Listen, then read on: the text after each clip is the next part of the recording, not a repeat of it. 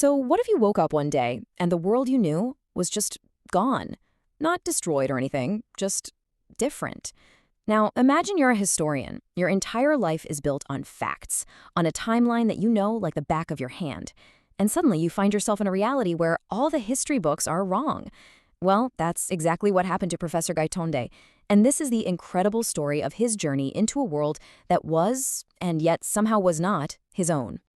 Our story kicks off on a train, the Jijamata Express, speeding from Pune to Bombay.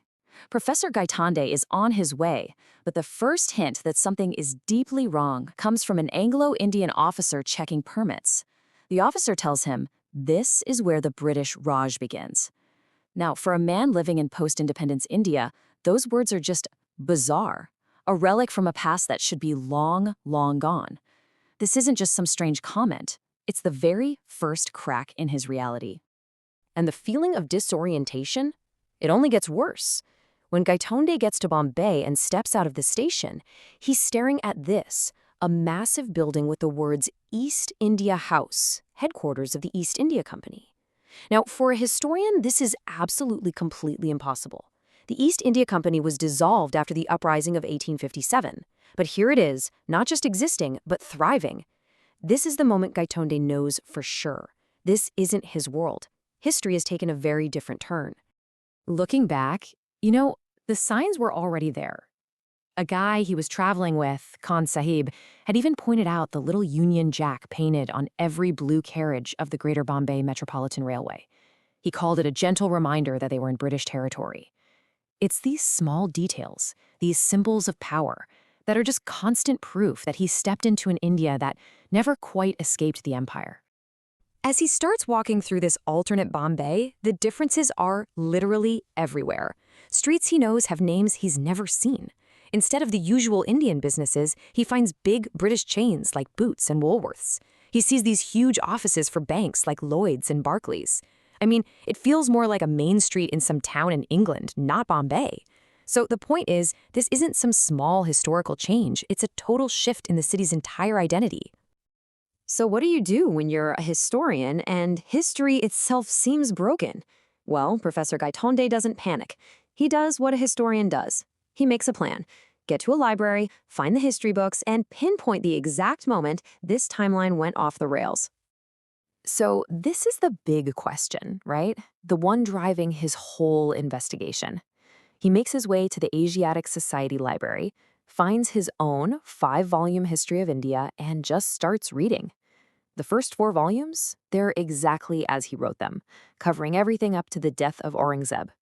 The change, he figures, has to be somewhere in that final volume. And what he finds in that 5th book is just staggering. In this world, the Marathas actually won the huge Battle of Panipat, and because of that one victory, the East India Company's expansion was stopped dead in its tracks. India went on to develop its own science, its own technology. It moved towards democracy on its own terms. And the British? They were basically just tenants, allowed to keep Bombay as a single outpost on a lease that was going to expire in 2001. It's a completely different India, a more self-reliant India. But how? How did the Marathas win? His own history book didn't actually explain it. The answer, and this is kind of ironic, came from a source he usually didn't trust, a historical chronicle called a Bakhar. And in just a short 3-line account, he found it. The single event that changed absolutely everything. Now this is where it gets really fascinating. This slide lays it all out. On the left, you have the history we know. Vishwasrao, the Maratha leader, gets hit by a bullet and dies. On the right, the history from this other world. The bullet just misses him. It brushes past his ear. As the book says, the difference of a sesame seed. Just one tiny, tiny event, leading to 2 completely different futures for an entire nation. Okay, so Gaitonde is now back in his own world. He takes this impossible memory and a torn-out page from that alternate history book to his scientist friend Rajendra Deshpande, and this is where the explanation shifts from history to science. This is how Rajendra puts it, and when he says catastrophic, he's not talking about a disaster. He's talking about a specific scientific idea that might just explain how one little bullet could have such massive, massive consequences. He's talking about catastrophe theory.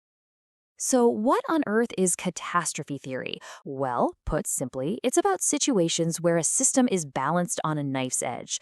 A tiny, tiny push, one way or the other, doesn't just cause a small change. No, it causes a total, sudden collapse into a completely new state. That's the catastrophe. And this shows perfectly how that theory applies to the Battle of Panipat.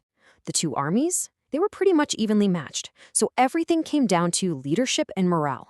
The fate of the leader, Vishwashrao, was that tiny little push. In our world, he dies, morale is shattered, and the Marathas are routed. In the other world, he lives, morale soars, and they find the will to win. The battle itself was a catastrophic turning point. Okay, so catastrophe theory explains what happened, explains the historical split. But the million-dollar question is, how could Gaitonde possibly experience it? For that, Rajendra says we have to go into the truly bizarre world of quantum mechanics. Rajendra breaks it down like this. In our big, everyday world, if you fire a bullet, you can predict its exact path. That's classical physics for you. It's predictable, deterministic. But down in the quantum world, if you fire something tiny like an electron, you can't know its exact path. It could be here, or there, or really, anywhere. It's that lack of determinism that's at the heart of quantum theory. And this leads to an absolutely wild idea.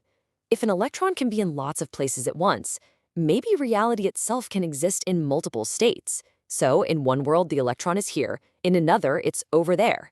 This suggests that the world where the Marathas won the battle isn't just a fantasy. It could be a real, parallel world that exists just as solidly as our own.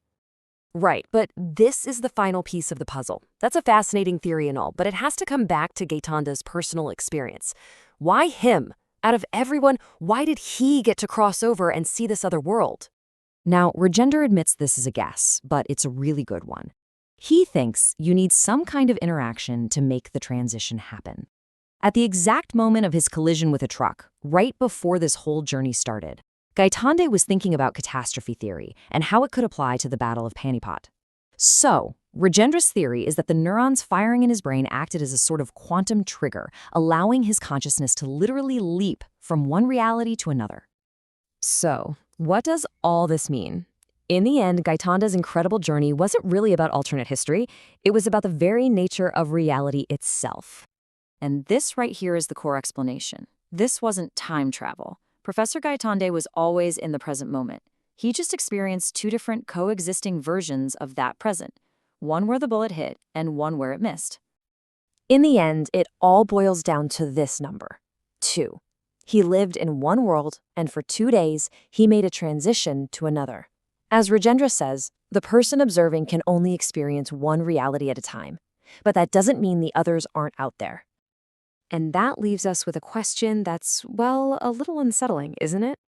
If countless alternative worlds are branching off every single moment, based on countless tiny events, how can we ever be so sure about the reality we're experiencing? Professor Gaitonde's adventure might be a story, but it forces us to wonder, if reality isn't just one single fixed path, which one are you on right now? Prepared by K. Rajendra Prasad.